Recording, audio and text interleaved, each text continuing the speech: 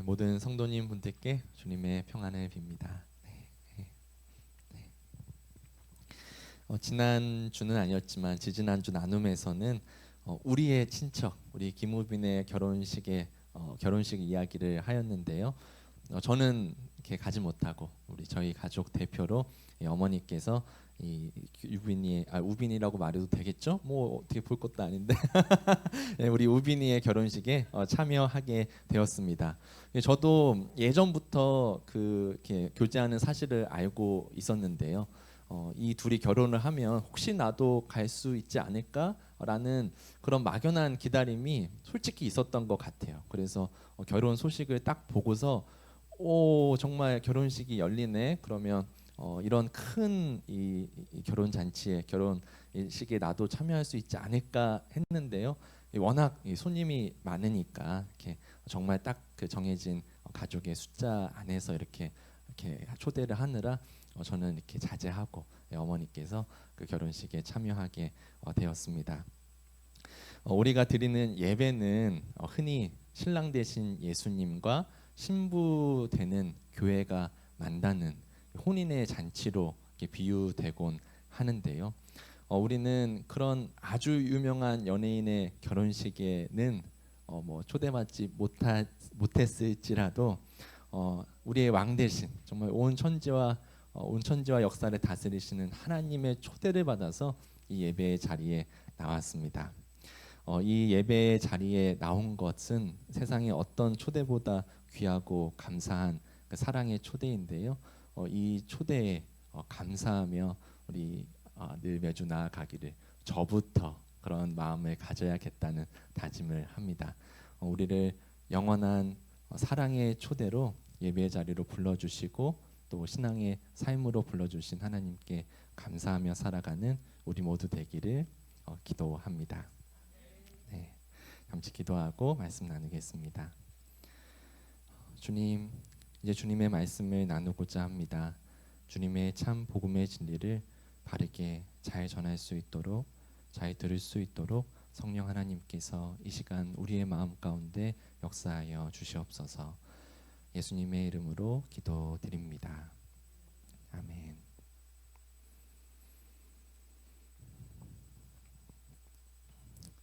불과 몇 세대 전까지만 해도 이 가문의 족보는 개인의 정체성과 사회적 지위를 결정짓는 가장 중요한 기준이었습니다. 이 자신이 어느 본관의 몇 대 손이며 어떤 학렬자를 쓰는지 이렇게 이 전통을 따르면 돌림자, 자기 이름의 돌림자를 이렇게 정해진 순서대로 써야 했잖아요. 그리고 선조 중에는 어떤 유명한 인물이 있었는지를 아는 것은 단순한 지식이 아니라 자신의 존재를 증명하는 방식이었습니다. 오늘날 우리는 나는 누구인가라는 질문에 스스로 만들어가는 정체성으로 답할 수 있지만요. 시간을 뒤로 거슬러 올라갈수록 이 개인의 정체성은 조상의 혈통과 물려받은 신분의 틀을 넘어서기 어려웠습니다. 우리나라만 그런 것은 아니죠. 이 개인의 신원을 손쉽게 증명하기 어려웠던 과거에는 이 가문의 족보를 통해서 개인의 신원을 확인하고 개인의 삶이 결정되는 것이 보편적이었습니다. 이런 시대적인 맥락 속에서 가문의 족보는 한 개인의 가능성을 혈통적으로 억압하기도 했지만요. 반대로 한 개인의 정체성을 증명할 수 있는 가장 확실한 수단이었습니다. 바로 이런 배경에서 우리는 신약 성서의 첫 책인 마태복음이 왜 예수님의 기적적인 탄생 이야기보다 먼저 믿음의 조상 아브라함부터 적힌 이 긴 족보로 시작하는지를 이해할 수 있습니다. 고대 근동 문명에서 혈통에 따른 신분 구별은 절대적이었습니다. 특별히 유대인들은요, 구약의 예언을 따라서 이스라엘을 구원할 영원한 왕, 즉 메시아는 다윗 왕가의 혈통에서 나올 것을 확고하게 믿고 있었습니다. 그래서 마태복음은 예수님이 아브라함과 다윗의 자손이라는 것부터 이 계보를 통해서, 이 족보를 통해서 증명하고서 예수님의 탄생 이야기를 하고 있는 것입니다. 이 땅에 처음 오신 예수님의 탄생이 이 혈통의 족보로 증명되었다면요, 이 마지막 날 이 땅 가운데 다시 오실 임재하실 주님의 오심은 혈통의 족보가 아닌 믿음의 족보에 새겨진 이름들을 통해서 준비되고 마침내 성취될 것입니다. 오늘 말씀을 통해서 이 족보에 올라간 이름들의 면면을 살펴보며 우리가 어떻게 그분을 맞이할 준비를 하며 살아갈 것인지 함께 나눠보고자 합니다. 이 오늘 본문인 마태복음은 주로 유대인 그리스도인들을 주 독자로 염두에 두고 기록되었다는 것이 학자들의 공통된 견해입니다. 그 이유가 있는데요. 유대인들은 구약의 율법과 예언을 철저히 믿고 따르던 사람들이었습니다. 그런데 이 예수님을 믿게 된 유대인 그리스도인들이 이 구약의 율법과 예언을 어떻게 이해해야 하는지 혼란과 갈등이 있었습니다. 이런 유대인 그리스도인들에게 예수님이 바로 메시아다라는 것을 설득하기 위해서 이 마태복음의 내용들이 조금 더 적혀져 있는데요. 이 마태복음은 다른 복음서보다 이 구약을 가장 많이 인용합니다. 즉 구약의 모든 예언이 바로 예수님에게서 성취되었음을 증언하고 설득하고 이해시키기 위함이죠. 그리고 마태복음은 율법의 중요함도 다루고 있는데요. 예수님께서 그 유명한 말씀하시죠. 자신은 율법을 폐하러 온 것이 아니라 완전케 하려고 왔다. 마태복음 5장 17절인데요. 예수님을 믿으면서도 이 구약의 율법이 그러면 필요 없는 것인가, 부정하는 것인가 라는 그런 혼란을 겪고 있는 유대인 그리스도인들에게 딱 뭔가 이렇게 정리를 해주는 느낌이 들죠. 그래서 마태복음은 유대인 그리스도인 그런 공동체를 염두에 두고 쓰였다고 봅니다. 이 마태복음이 그리스도의 족보로부터 시작하는 이유도 같은 맥락에서 이해할 수 있는데요. 이 예수님의 족보를 보여주는 것이야말로 구약을 믿고 따르던 유대인들에게는 예수님이 갑자기 등장한 이단적인 인물이 아님을 증명하는 가장 확실한 방법이었습니다. 아브라함과 다윗의 자손 예수 그리스도의 계보라. 이 마태복음 1장 1절의 시작을 통해서요.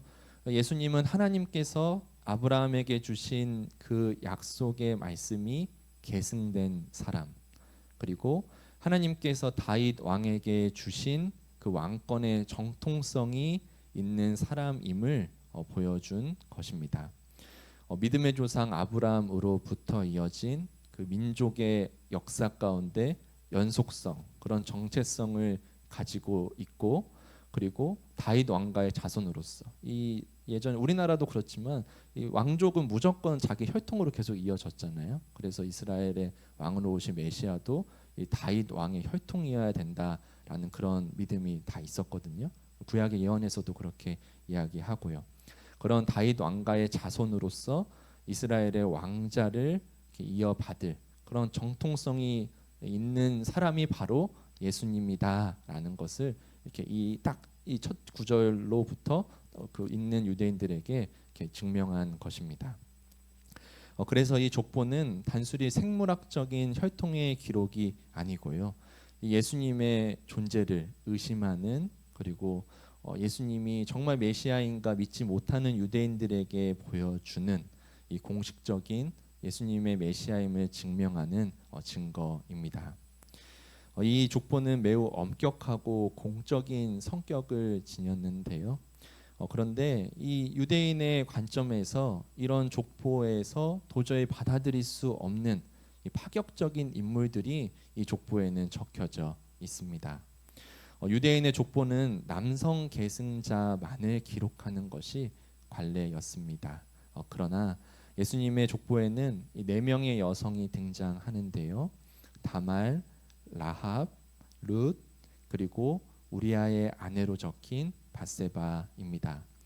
여기에 예수님을 잉태한 마리아까지 포함해서 5명이라고 또 말하기도 합니다. 이 남성 중심적인 시대의 한계를 넘었다는 점도 놀랍지만요. 이 더욱 놀랍고 중요한 것은 이 여성들의 이 서사와 배경입니다. 일반적인 관례를 깨면서까지 이 여성의 이름을 이 족보에 기록한 것을 보면요, 이 분명 그만큼의 의도와 메시지가 담겨져 있을 텐데요. 한 명 한 명 살펴보고자 합니다. 가장 먼저 등장하는 여성 인물은 창세기에 나오는 다말입니다. 이 다말은 명시적으로 이방인이라고 나오지는 않지만요, 이 맥락을 살펴볼 때 그녀는 이방인 여성으로 보입니다. 이방인과 유대인의 구분이 뚜렷했던 그때에 유대인 그리스도인이 딱 처음에 읽었을 때 여자가 나오는데 그것도 이방인이다라는 건 굉장히 파격적이고 이방인을 향한 구원이 이미 열려져 있다는 것을 아마 그들도 읽으면서 느꼈을 것입니다. 이 다말의 서사를 이렇게 이해할 때는 이 배경 이해가 정말 필수적인데요. 다말은 창세기에 나왔다 했잖아요. 이 시절에는요, 이 자기 남편이 자식이 없이 죽으면요, 이 남편의 다른 형제와 혼인을 맺어서 자식을 낳았고요. 그래서 죽은 남편의 대를 이어주고 죽은 남편의 땅을 상속받아서 가문을 유지하도록 했습니다. 이 혼인 제도를 가문의 대를 계승해 주는 혼인이다. 그래서 계대 혼인이라고 부릅니다. 죽은 남편의 대를 잇기 위해서 그리고 남편을 잃은 과부를 보호하기 위한 혼인 제도입니다. 이 자식이 없이 남편이 죽었을 경우 이 아내는 이 남편의 땅을 상속받지 못했거든요. 그 말은 이 과부 혼자서는 살아가기 어려웠다는 말입니다. 그래서 자식 없이 남편이 죽었을 때 이 다른 형제와 혼인을 맺어 자식을 낳으면요, 그 자식이 법적으로 죽은 남편의 아들로 인정되었습니다. 그렇게 태어난 아들이 아버지의 대를 잇고 자기 가문의 땅을 상속받게 되는 것이죠. 그래서 과부도 아무도 자기를 보호해주지 못하는 환경에서 자기 그 자식과 상속받은 땅을 통해서 생존을 유지할 수 있었던 것이죠.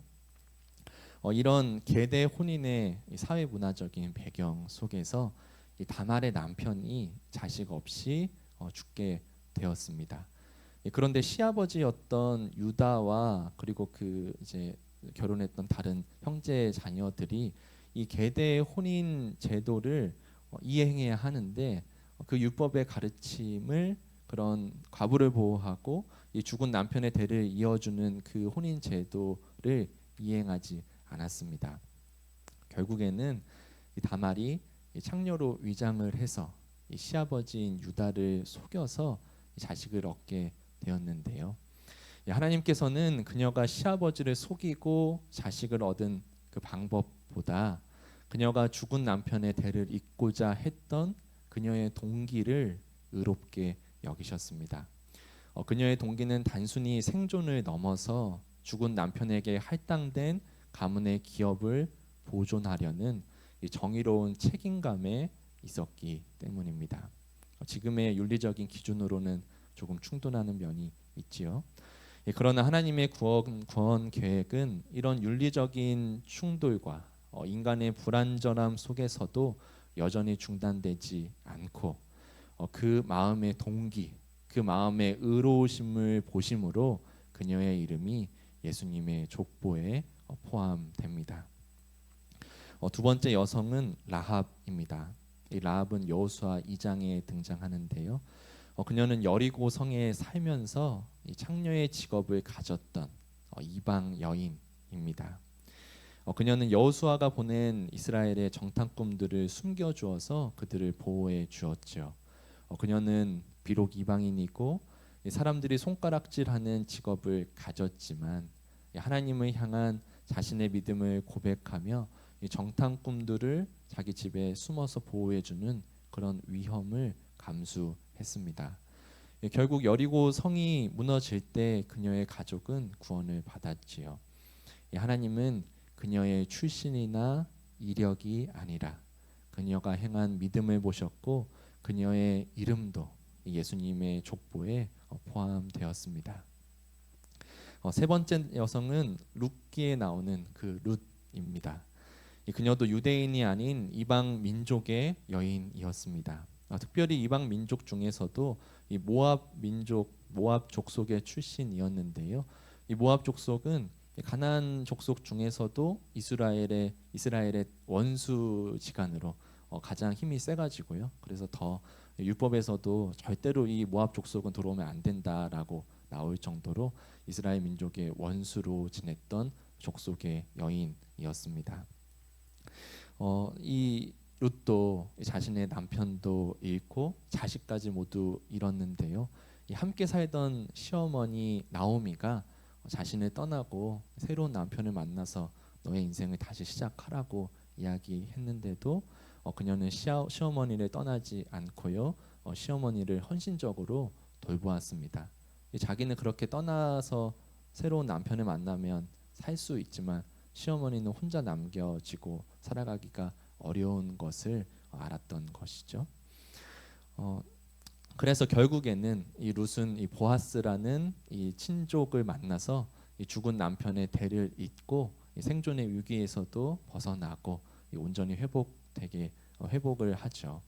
이 하나님은 그녀의 출신이 아니라 그녀의 헌신적인 사랑을 보셨습니다. 여러 구약의 이야기들이 있지만 민족을 구한다거나 전쟁에서 승리를 한다거나 어떤 큰 기적이 나타나는 믿음의 역사가 나타난 것도 아니었지만요. 하나님은 한 여인의 헌신적인 사랑을 성서의 한 책으로 기록하셨고요. 그리고 그 여인의 이름을 예수님의 족보에도 포함시켰습니다.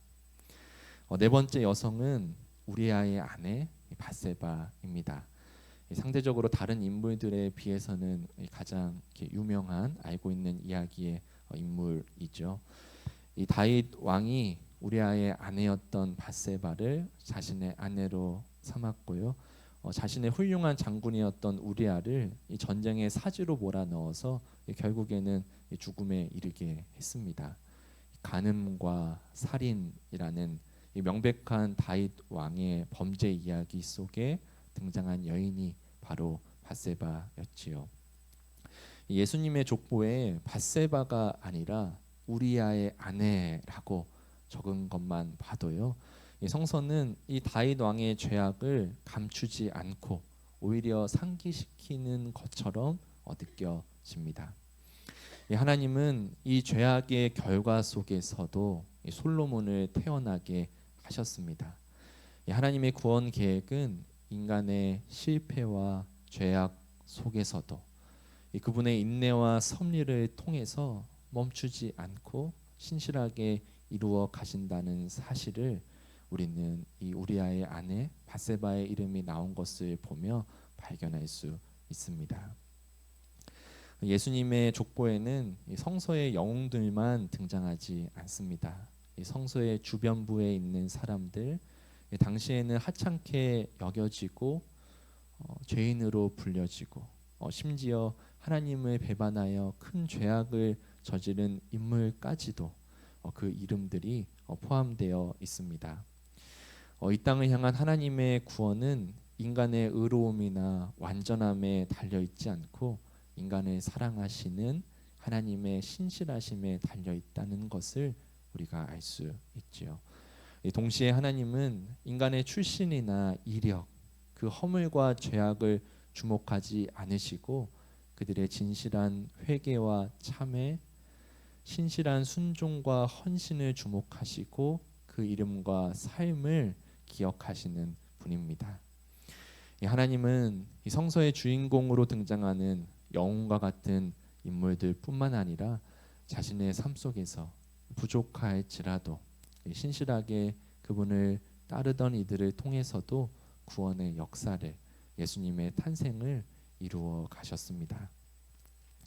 이 마태복음 1장에 나온 예수님의 탄생을 앞두고 나오는 예수님의 족보는요, 혈통을 기반으로 하지만요, 이 사도 바울은 이 족보의 의미를 재해석하는데요. 그 재해석한 말씀의 본문이 바로 갈라디아서 3장 26절부터 나오는 말씀입니다. 3장 26절과 29절의 말씀을 우리 한번 다 같이 읽어보겠습니다. 여러분은 모두 그 믿음으로 말미암아 그리스도 예수 안에서 하나님의 자녀들입니다. 여러분이 그리스도께 속한 사람이면 여러분은 아브라함의 후손이요 약속을 따라 정해진 상속자들입니다. 아멘. 우리는 이제 혈통의 기준이 아니라 하나님께서 우리에게 주신 믿음을 기준으로 그리스도 안에서 아브라함의 자손이 되었고요. 하나님 나라의 상속자가 되었습니다. 즉 믿음의 족보에 우리의 이름이 새겨진 것입니다. 예수님의 다시 오심은 이 믿음의 족보에 오른 사람들의 신실하심을 통해 준비되고 이루어지고 있습니다. 이 사람의 역사는 영웅적인 몇 사람들을 주목하지만요, 또 승자에게 주목하지만요, 하나님의 역사는 그런 승리한 영웅적인 사람들만이 아니라 주변부의 사람들, 그저 일상을 살아가며 부족할지라도 신실하게 그분을 따르는 이들의 삶 또한 주목하십니다. 그 이름을 기억하시고요, 그 인생을 통해서 하나님의 크신 구원의 계획을 이루어 가시는 분입니다.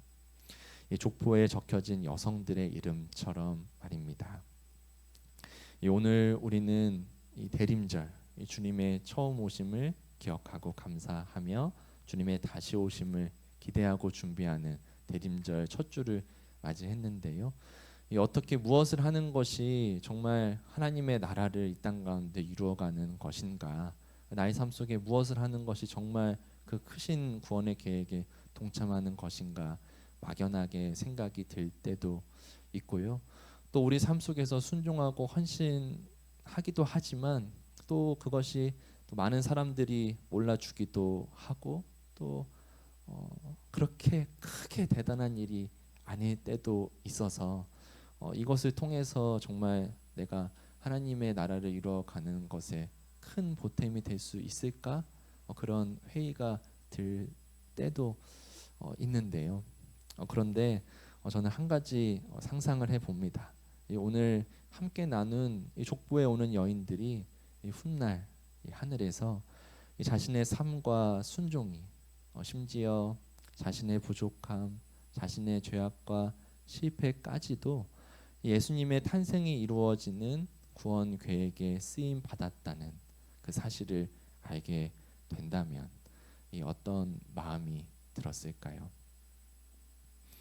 하나님은 우리가 바로 그 마음을 품고 하나님 안에서 오늘을 살아가기를 바라시고 계십니다.